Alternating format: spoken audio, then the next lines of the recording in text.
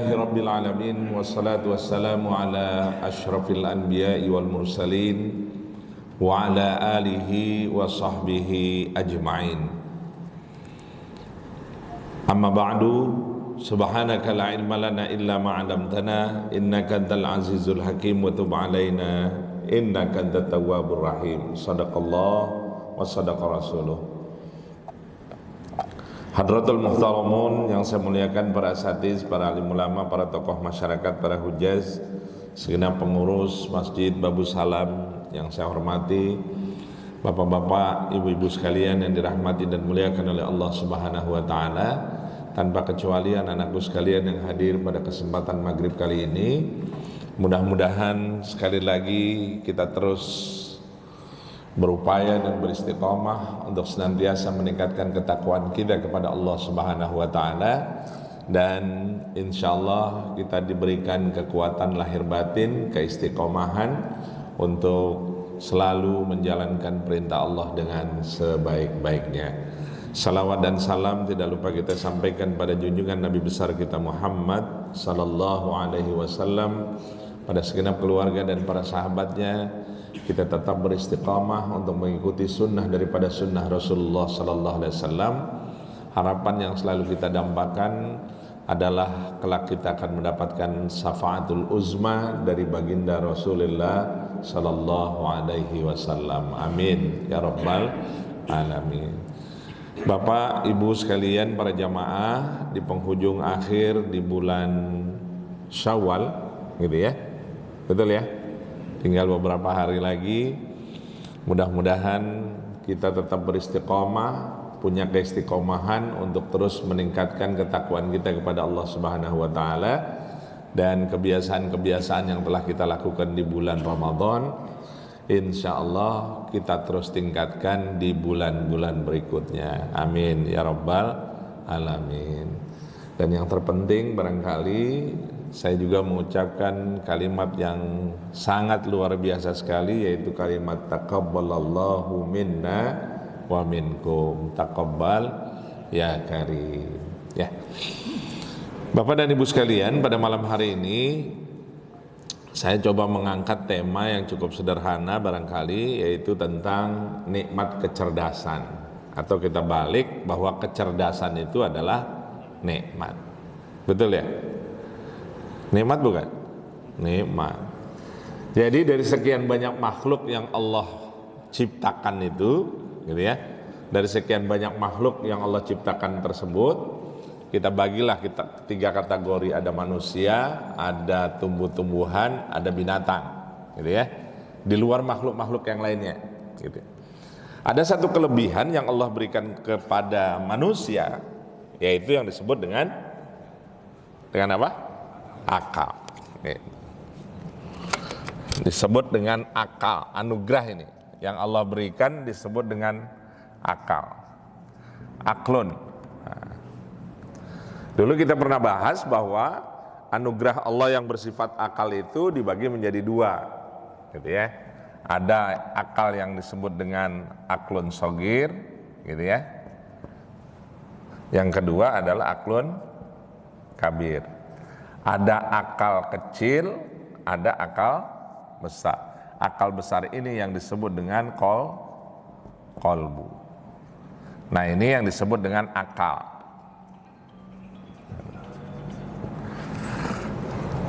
Ya.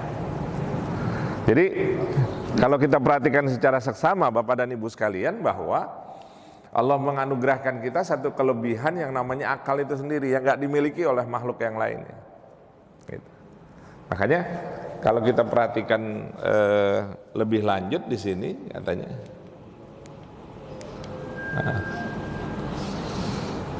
ya, bicara tentang akal yang diberikan oleh Allah Subhanahu wa taala itu adalah anugerah terindah yang Allah selalu tanyakan, gitu. Apa yang Allah tanyakan? Tuh di penghujung akhir tuh. Al-Qur'an selalu bertanya dengan kalimat afala taqilun. Afala taqilun. Kemudian yang berikutnya afala tatafakkarun. Nah, ini kan dua pertanyaan yang luar biasa nih. Ya, Bapak Ibu. Pertanyaan pertama Allah menanyakan afala taqilun. Ngomong-ngomong akalnya pada dipakai apa enggak gitu. Iya, betul ya. Kan kita ditanya tuh akal kita dipakai apa enggak gitu. Mau akal besar maupun akal kecil kira-kira banyak dipakai apa kagak? Mana yang banyak dipakai? Akal yang ini apa akal yang ini? Akal yang ini apa akal yang ini yang sering dipakai? Atau dua-duanya? Iya kan? Ini kan pertanyaan yang menarik sebenarnya. Ketika Allah menanyakan afala taqilun, apakah kalian tidak mempergunakan akal kalian? Apakah kalian nggak pernah berpikir bagaimana akal itu diciptakan oleh Allah Subhanahu wa taala? Gitu. Orang sering mengatakan bahwa akal itu ya otak gitu. Kalau kita mau masukin di sini nih akal disebut otak lah. Gitu. Gitu ya. Kemudian ada satu pertanyaan lagi, Allah menegaskan afala tatafakkarun. Afala tatafakkarun. Apakah kalian nggak pernah berpikir?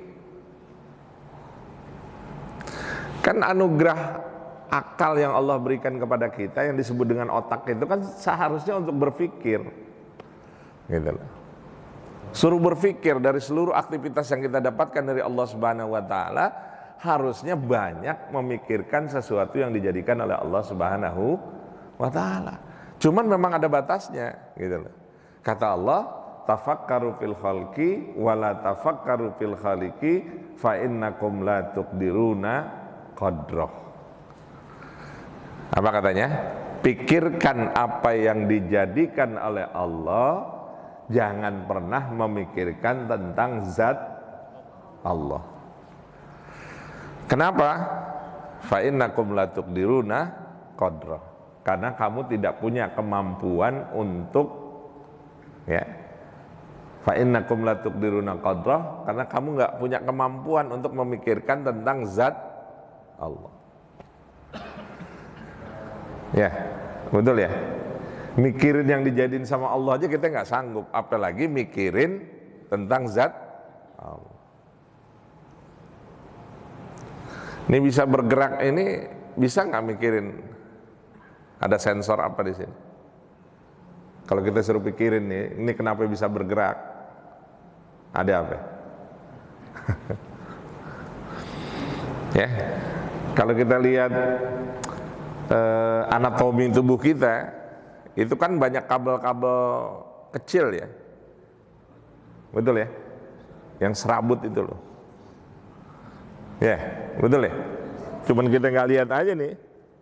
Di sini nih, berapa banyak tuh serabut kabel-kabel kecil tuh. Iya. Coba kalau ada satu aja yang putus, gimana tuh? Itu kan? Ya Allah bertanya tentang. Nah maka kecerdasan katanya merupakan kemampuan seseorang dalam berpikir, belajar, merespon, menyesuaikan diri serta memecahkan persoalan. Cerdas nggak kita? Gitu loh. Ya kan? Disuruh mikirin doang. Nih kita punya gerak namanya gerak refleks Bapak Ibu. Gerak refleks itu kalau kita digituin tuh ngedip nggak kira-kira? Ngedip. Berapa banyak kita sehari ngedip? Pernah ngitung? Nggak ngitung. Kira-kira kalau nggak bisa ngedip gimana? Tuh coba tuh cuman gitu doang, suruh mikirin satu aja. Itu suruh mikirin itu kan artinya kan kalau kita merespon kemampuan dalam berpikir, ayo dong pikirin dong gitu. Ya Bapak Ibu, kan kalau kita lihat kornea mata kita kan ada yang hitam, ada yang putih gitu ya di ujung-ujungnya gitu ya. Gitu. Itu kan bisa merespon gitu. Alhamdulillahnya Allah kasih model kayak begitu. Dan kesyukuran kita bisa merespon itu dengan baik, itu bagian daripada proses berpikir kita kepada Allah Subhanahu wa taala atas nikmat yang diberikan oleh Allah Subhanahu wa taala. Jadi kira-kira wajar nggak kalau kita suruh ibadah? Hah? Wajar nggak kira-kira? Wajar banget. Gitu. Iya kan? Wajar banget, bener wajar banget deh. Jadi kalau ada manusia hari ini nggak bersyukur atas nikmat yang diberikan sama Allah Subhanahu Wa Taala lewat seluruh komponen yang ada di dalam tubuh kita, Masya Allah. Ya Pak, jadi ada kecerdasan, nikmat terbesar. Yang sesungguhnya kecerdasan yang kita peroleh itu adalah untuk orientasi ke depan. Orientasinya apa? Orientasi kita apa? Akhirat. Orientasi kita akhirat. Di sini cuma numpang lewat doang, numpang lewat sebentaran doang. Selebihnya yang panjang itu adalah di akhirat. Makanya kalau kita bicara kecerdasan, cerdas sama pinter gitu. Hari ini banyak orang yang cerdas sama banyak yang pinter? Oh, pinter. Beda nggak antara cerdas sama pinter? Beda. Kalau cerdas itu kerap dikatakan sebagai bagian daripada sifat baginda Rasul, yaitu patona. Kalau pinter itu kaitannya dengan ilmu, alim, itu pinter. Gitu. Ya. Artinya ini dibentuk. Gitu. Kalau ini tidak dibentuk, tapi potensi yang Allah berikan, itu namanya patona. Artinya apa ya? Spontanitas ada. Itu yang namanya cerdas. Kebayang nggak bapak-bapak, ibu-ibu, bagaimana kecerdasan yang ditunjukkan oleh baginda Rasulullah SAW pada saat ingin meletakkan batu Hajarul Aswad. Masing-masing kabilah pengen ngapain? Pengen jadi orang nomor satu. Untuk ngapain? Untuk ngangkat Hajarul Aswad itu. Udah kelompok kami gitu. Ya. Bahkan ada yang berkoalisi. Jadi sekarang nih koalisi. Iya kan? Iya kelompok kami. Tapi baginda Rasul cerdas. Apa yang dilakukan oleh baginda Rasul? Digelar sorbannya, gitu. Iya kan? Setelah digelar sorbannya, dimasukkan si Hajarul Aswad, suruh pegang seluruh kabilah itu, suruh pegang apa? Ujung-ujungnya digotong rame-rame. Habis itu batu Hajarul Aswad digotong rame-rame. Coba. Kalau model kayak ada begitu berkaitan dengan perubahan kan luar biasa. Iya kan? Menang dan tidak menang itu urusan belakangan. Kekuasaan itu nggak berpindah gitu loh. Cuma numpang lewat doang. Ini kan kayaknya yang benar-benar mempertahankan kekuasaan banget gitu. Iya kan? Iya, itulah yang diajarkan oleh baginda Rasul tuh, be smart katanya, biar cerdas. Makanya kalau kita bicara tentang sifat baginda Rasul yang 4 ini luar biasa loh Pak. Kalau yang sifat bahwa ada siddiq di situ, ya betul ya, siddiq, kemudian amanah, kemudian tabligh, yang berikutnya fatona.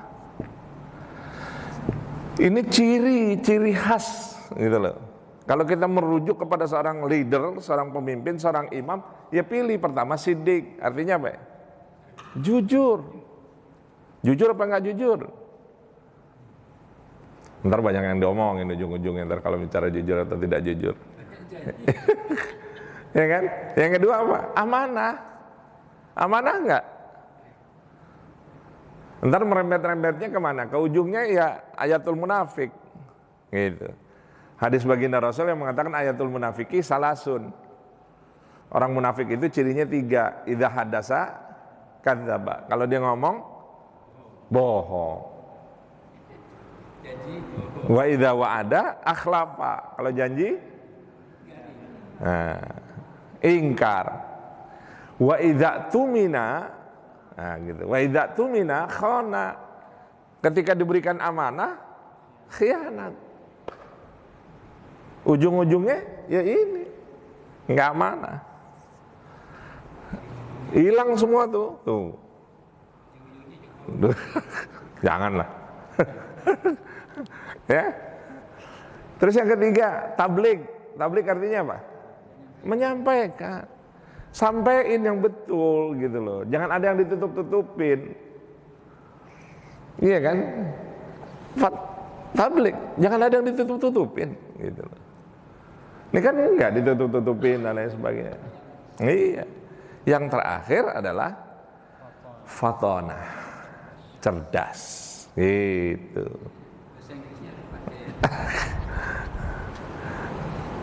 Bahasa Inggrisnya bilangnya smart. Gitu. Smart. To be smart. Jadilah kita insan-insan yang cerdas. Nah, maka Bapak dan Ibu sekalian, jadi kalau kita berbicara tentang pengertian kecerdasan itu sendiri, maka ada dua hal yang perlu kita garis bawahi adalah pertanyaan Allah Subhanahu wa taala, afala taqilun, kemudian yang kedua adalah afala tatafakkarun. Ujungnya ini Pak, sebenarnya saya pengen ngomong ini. Gitu. Yaitu hadis riwayat Ibnu Majah 4259 dari Ibnu Umar, ya. Rasulullah sallallahu alaihi wasallam pernah ditanya oleh sahabat Ansor. Jadi baginda Rasul pernah ditanya oleh sahabat Ansor, yaitu pertanyaan yang sangat luar biasa sekali. Apa yang ditanyakan oleh sahabat Ansor tersebut? Pertanyaannya adalah dua hal. Pertanyaan pertama dari sahabat Ansor yaitu ayyul mu'minu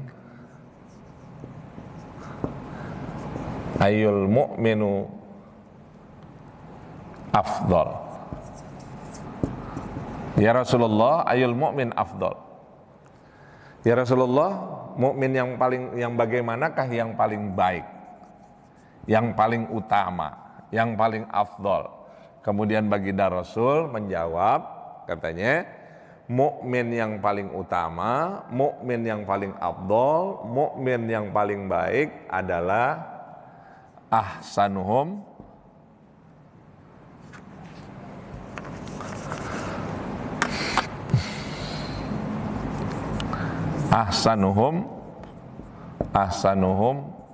khuluqan. Kata baginda Rasul, mukmin yang paling baik itu, mukmin yang paling utama itu, mukmin yang paling afdal itu adalah ahsanuhum khuluqan. Mereka yang paling baik akhlak.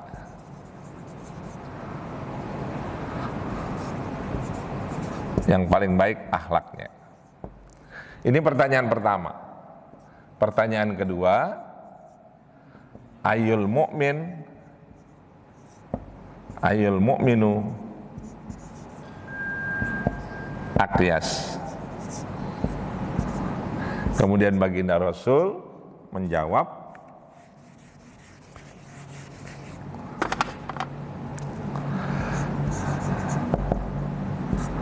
aktsaruhum dzikran lil mauti walima ba'dahu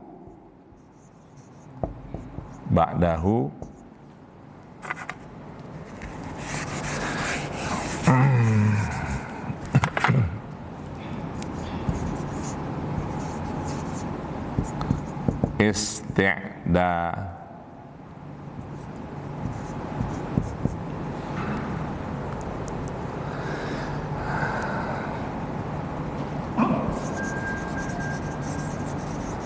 Banyak mengingat apa? Mati. Kemudian yang kedua, banyak persiapan.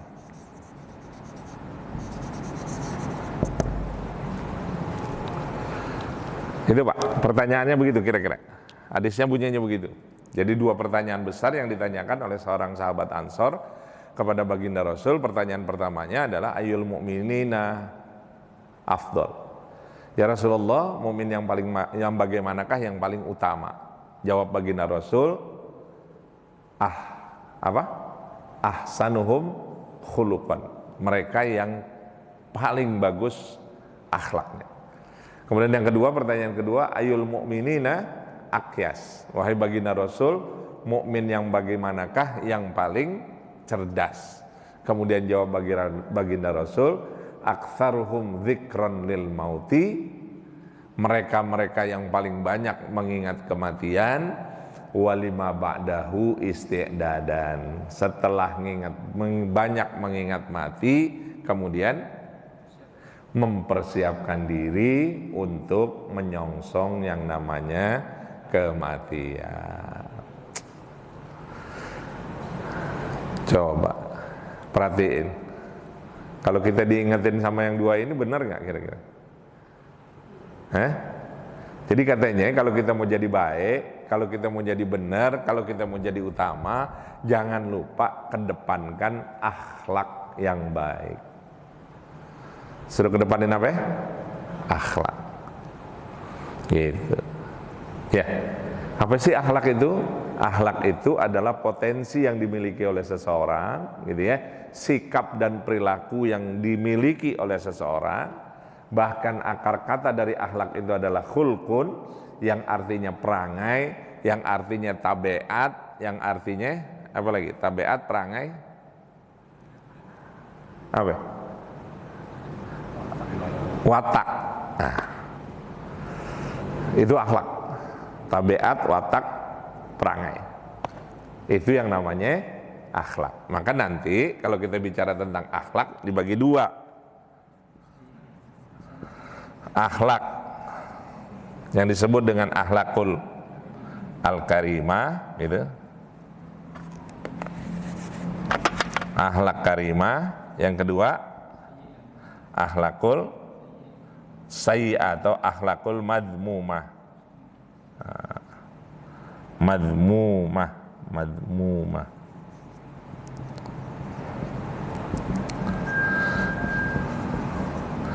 Ini akhlak yang baik, yang ini akhlak yang buruk. Gitu. Bahkan Imam Ghazali mengatakan bahwa yang namanya akhlak itu adalah sikap spontanitas yang dilakukan oleh seseorang, gitu loh. Karena memang terbiasa untuk melakukannya. Itu yang disebut dengan akhlak. Hari ini kalau kita bicara akhlak, banyak yang punya akhlak, apa yang kagak punya akhlak?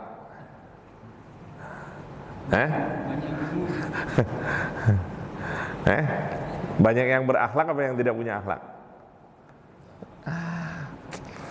Kalau orang tua kita dulu bilangnya bukan akhlak, adab. Betul ya? Betul nggak? Heran lu kagak punya adab banget sih sama orang tua, misalnya katanya begitu. Ya kan? Nggak punya akhlak banget sih sama orang tua. Itu kan didikan orang tua kita sebenarnya berkait dengan akhlak itu sendiri. Akhlak itu luar biasa kalau diajarkan. Dan potensi akhlakul karimah yang dididik oleh orang tua kita dulu sebenarnya masih terbawa oleh kita sampai saat ini. Iya kan? Akhlakul karimah yang ditanamkan, misalnya ketemu orang yang lebih tua atau ke orang tua cium tangan, gitu. Walaupun sekarang zamannya sudah berubah, bukan cium tangan lagi. Kalau nggak cium jidat, cium pipi, nih cium gini nih, cium sini, sama cium mana lagi? Iya kan? Ini potensinya yang diajarkan oleh Islam sebenarnya ya cium tangan. Kenapa tangan? Ini keberkahan, gitu. Jangan dianggap tidak keberkahan. Ini berkahnya orang tua ini adanya di sini nih, gitu. Jangan ini cium tangan sama ustadznya bolak-balik, cium tangan orang tuanya boro-boro, cium tangan. Ada nggak yang begitu? Sedih kita kalau ngeliatin, benar. Ya kan? Kalau nyium sama gurunya sampai nyium tangan orang tuanya setahun sekali, ya kan? Ini. Jadi memang ada kekhususan yang diajarkan. Itu akhlakul karimah, akhlak yang dididik oleh orang tua kita. Jadi kalau kita berbicara tentang akhlak secara umum, gitu, akhlakul karimah itu ada sifat sabar di situ, ada kejujuran di situ, ada mampu menyenangkan hati orang lain di situ, gitu kan? Ada kedermawanan di situ. Dan selebihnya akhlak-akhlak al-madmumah, akhlak-akhlak yang buruk adalah kebalikan dari itu. Ada sombong di situ, ada riya di situ, ada ujub di situ, ada takabur di situ. Ngomong-ngomong tuh penyakit apa itu semua tuh? Hati. Itu. Ngomong-ngomong itu penyakit hati semua. Ujub, riya, takabur, sum'ah, namimah. Wah, udah diborong semua deh. Gitu. Padahal kalau kita bicara tentang tazkiyatun nafas, bagaimana kita memanage diri kita, terutama kalbu kita itu, agar menjadi lebih baik. Pak, ujung-ujungnya bicara tentang kalbu, maka kita kembali kepada akhlak yang mulia yang diajarkan oleh baginda Rasul.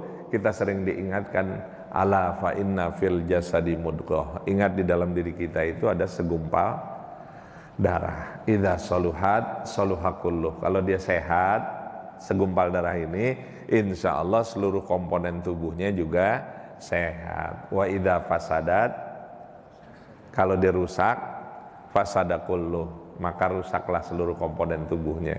Apakah itu? Ala wahiyal qalbu. Ingat, yang dinamakan itu, yang dimaksud oleh baginda Rasul adalah hati. Ngomong-ngomong, yang bisa nentuin hati itu menjadi baik atau buruk, kira-kira siapa? Kita doang, kita juga, kita sendiri. Baik buruknya semuanya itu bermuaranya dari sini kita. Ntar nyambung kemari, kemana? Iya, jadilah kita pegal ini. Pilih yang mana? Pegal ini apa pegal ini? Bu, mau pilih pegal yang ini apa pegal yang ini? Sama juga, pegal yang ini juga pegal yang disebut dengan akal tadi, di aklun sogir. Pegal ini lebih-lebih yang disebut dengan aklun kabir. Gitu. Capek loh kalau kita mikirin. Makanya ada pepatah mengatakan semut di seberang lautan kelihatan, gajah di pelupuk mata nggak kelihatan, kan begitu. Habis energi kita untuk ngurusin urusan orang lain, sementara diri kita sendiri kagak keurusan. Ya, betul ya? Banyak ngurusin orang lain apa ngurusin sendiri? Kira-kira?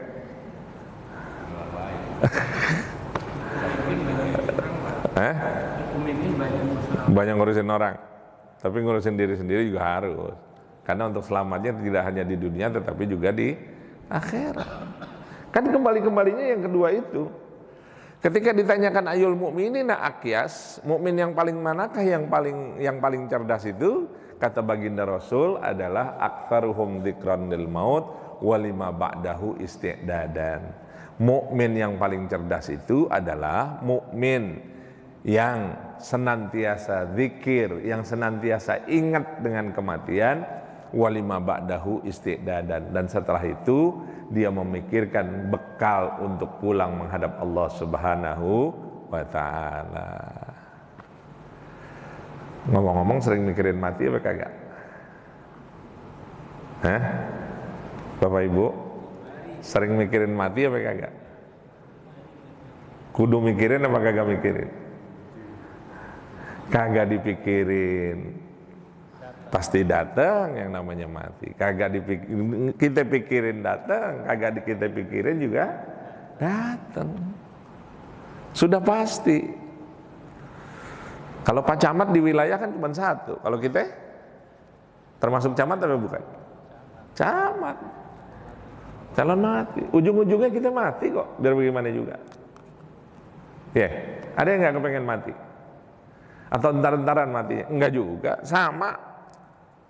Lo nanti pulang buka surah Al-Jum'ah, gitu. Apa surah Al-Jum'ah mengatakan? Qul, katakan wahai Muhammad, innal mautal ladzi tafirruna minhu. Katakan wahai Muhammad, kematian yang selalu kamu pengen menghindar dari kematian itu. Dari kematian yang selalu kamu nggak kepengen ketemu sama kematian itu. Ada nggak? Ada nggak kepengen ketemu mati?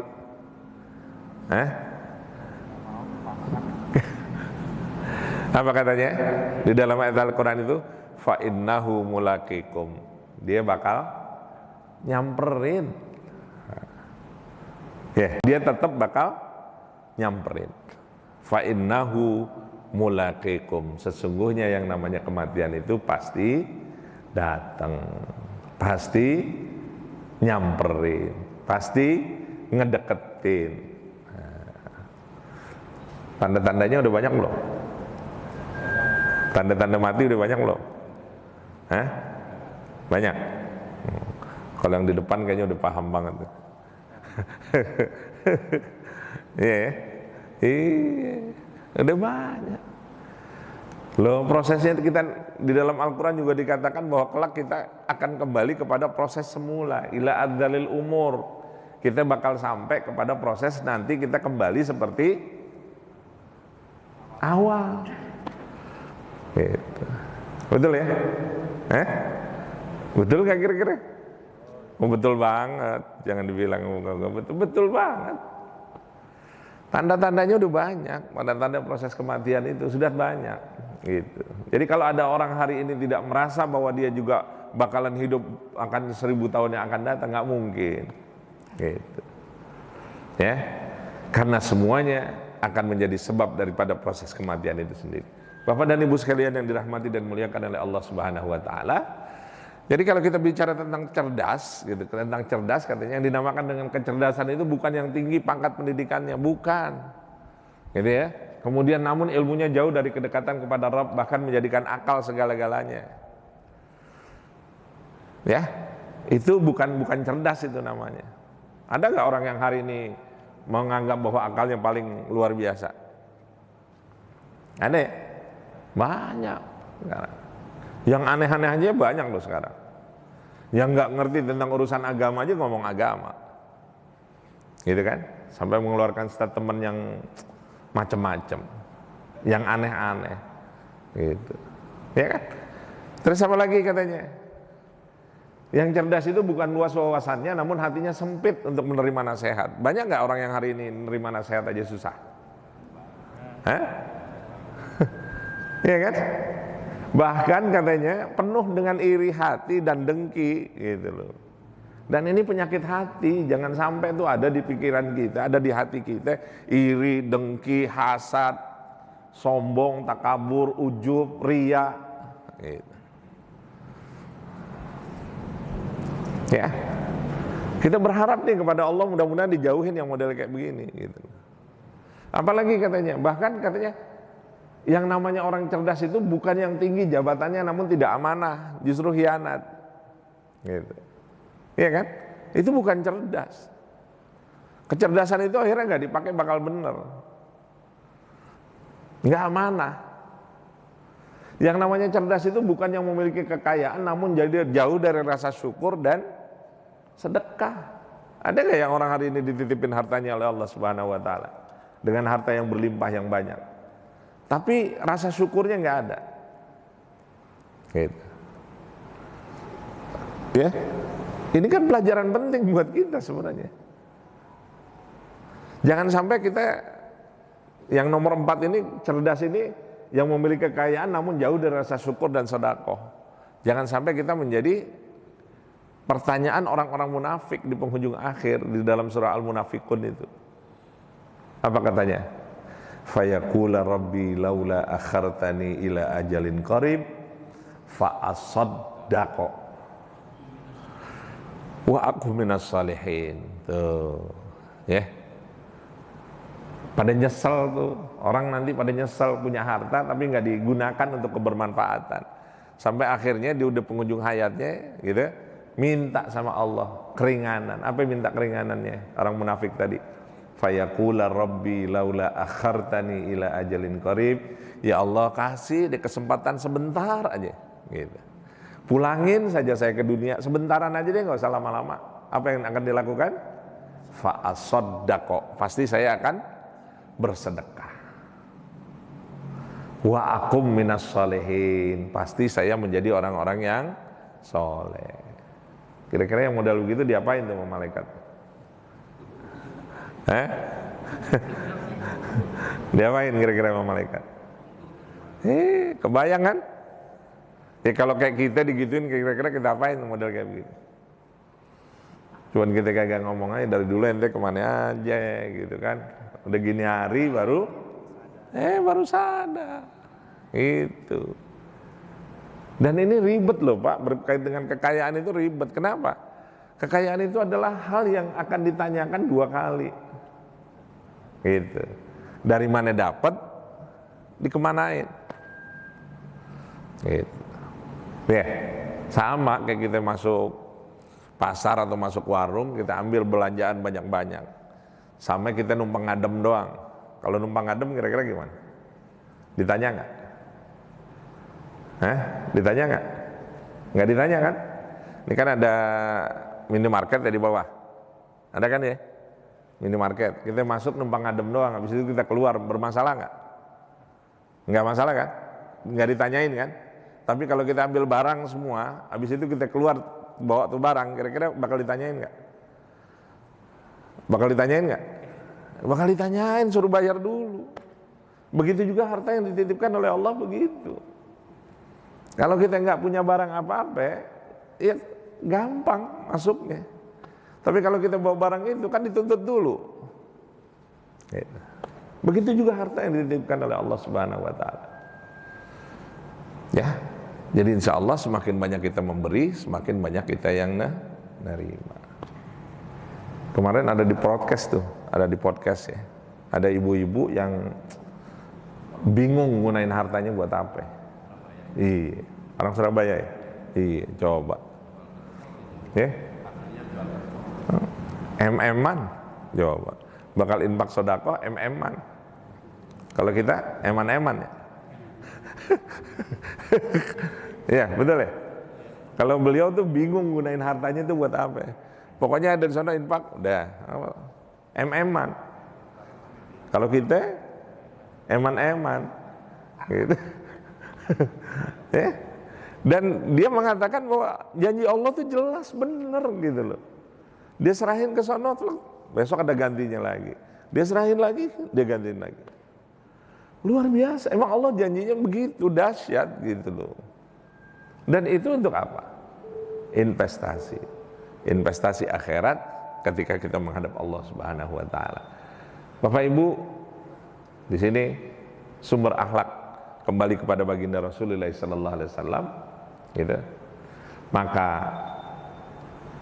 cerdas yang sesungguhnya adalah ketika kita mengingat kematian. Di dalam hadis dikeraskan, kafa bil mauti wa izo, cukup kalau kematian itu bakal jadi pelajaran buat kita. Ya, pokoknya kalau udah game over selesai semua. Selesai nggak? Selesai nggak kira-kira?